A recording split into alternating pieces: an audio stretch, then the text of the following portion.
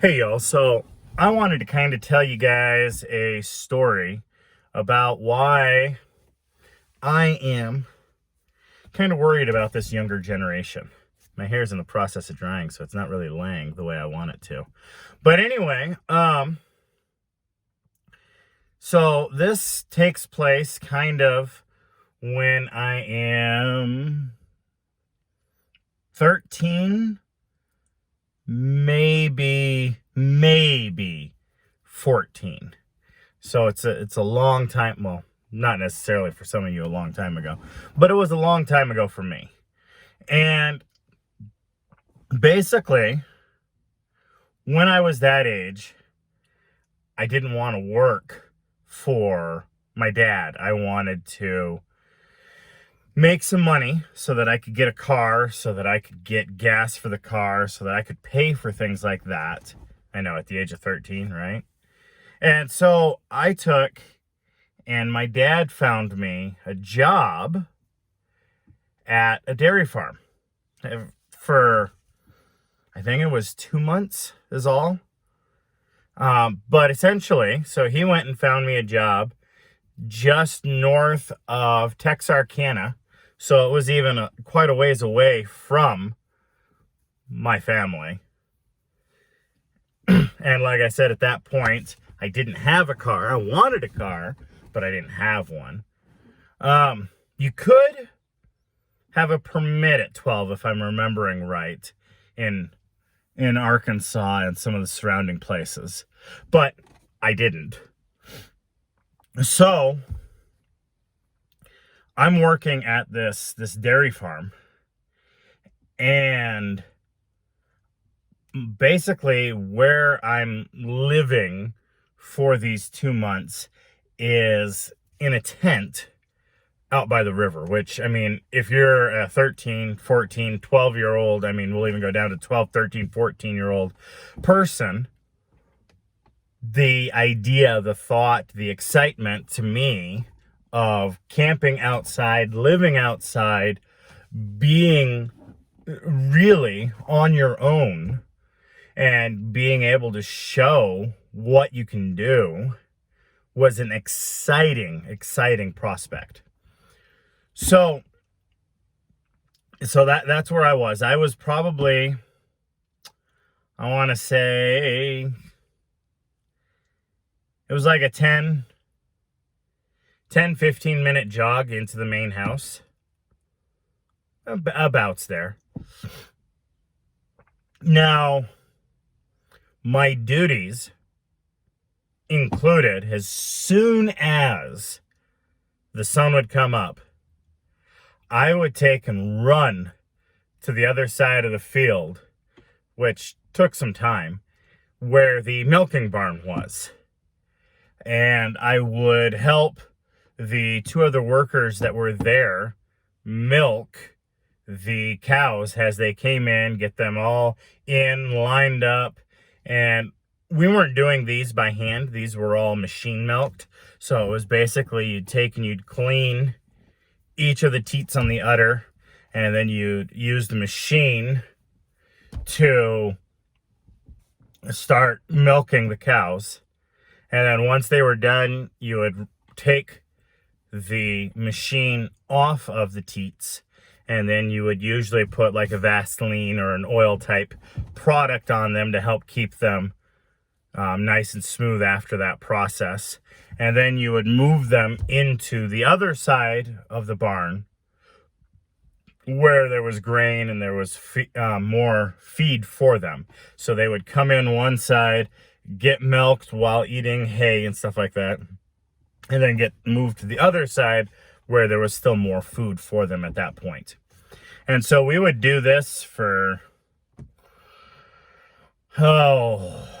what felt like forever. I'm sure it was just a couple of hours. And then I would take and run back to my tent and then have breakfast at my tent kind of quickly. And then my job was to walk the fence lines. And as I walked the fence lines, basically what I was doing is I was making sure that None of the posts looked like they were going to give. All the wires looked like they were in good condition. There was no other trees growing around that would break the fence up. There was no accidents that broke down part of the fence line. And so I would start on a different portion every day. And I was supposed to walk these fence lines until just about noon. At noon, I would run all the way back and I would milk a cow by hand that had accidentally stepped on her udder. While I was milking this cow by hand, they were also milking, I don't remember, it was like I want to say it was about a third of the other cows or whatever. Basically,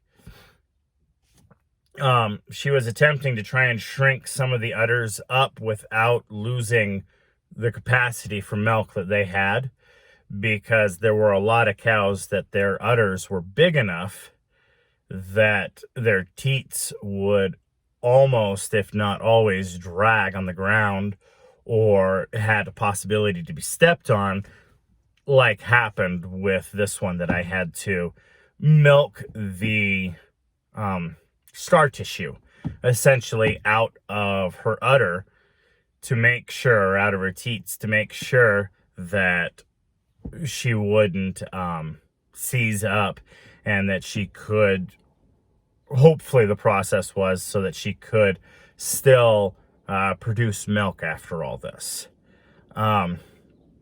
So I would be milking by hand while the other two that I knew of, not the owner, but the other two would be milking the cows that needed the second milking.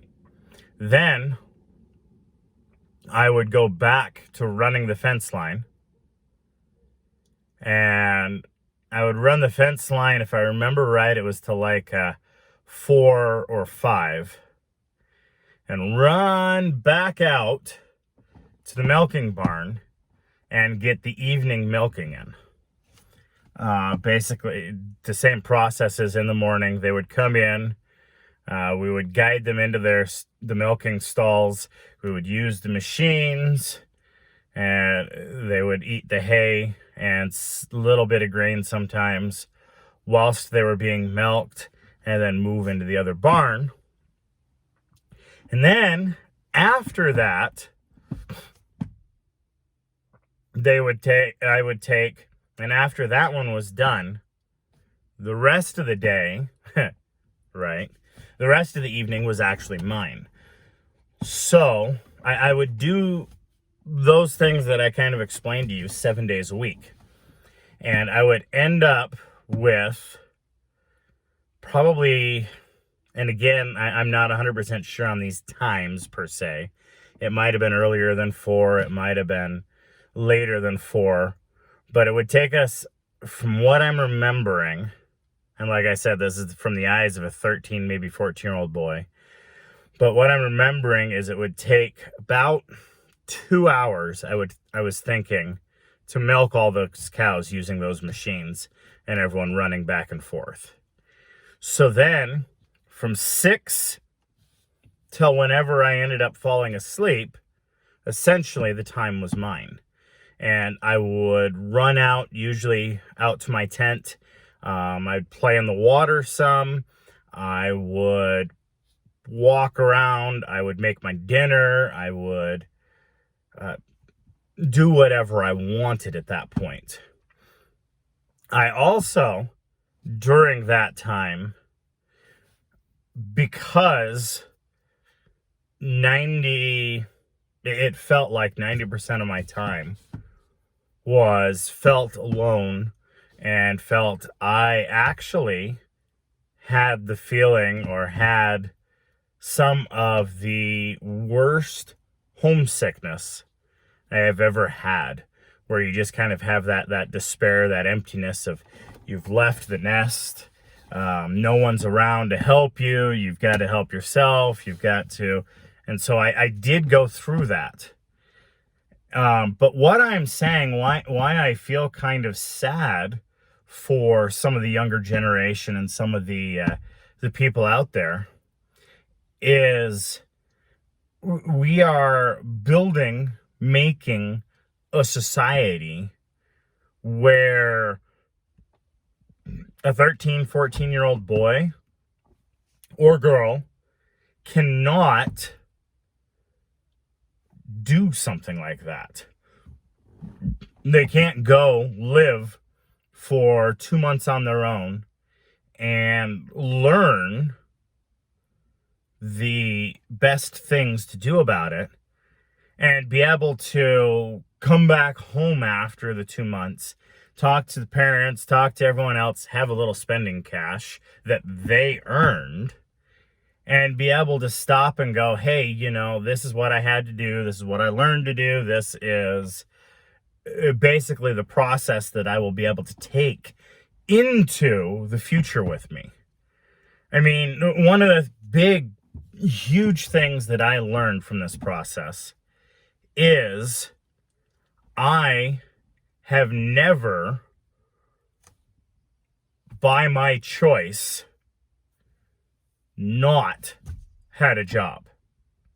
Now, that doesn't mean I haven't worked some interesting jobs, which I can get into that if you guys would like. Comment down below.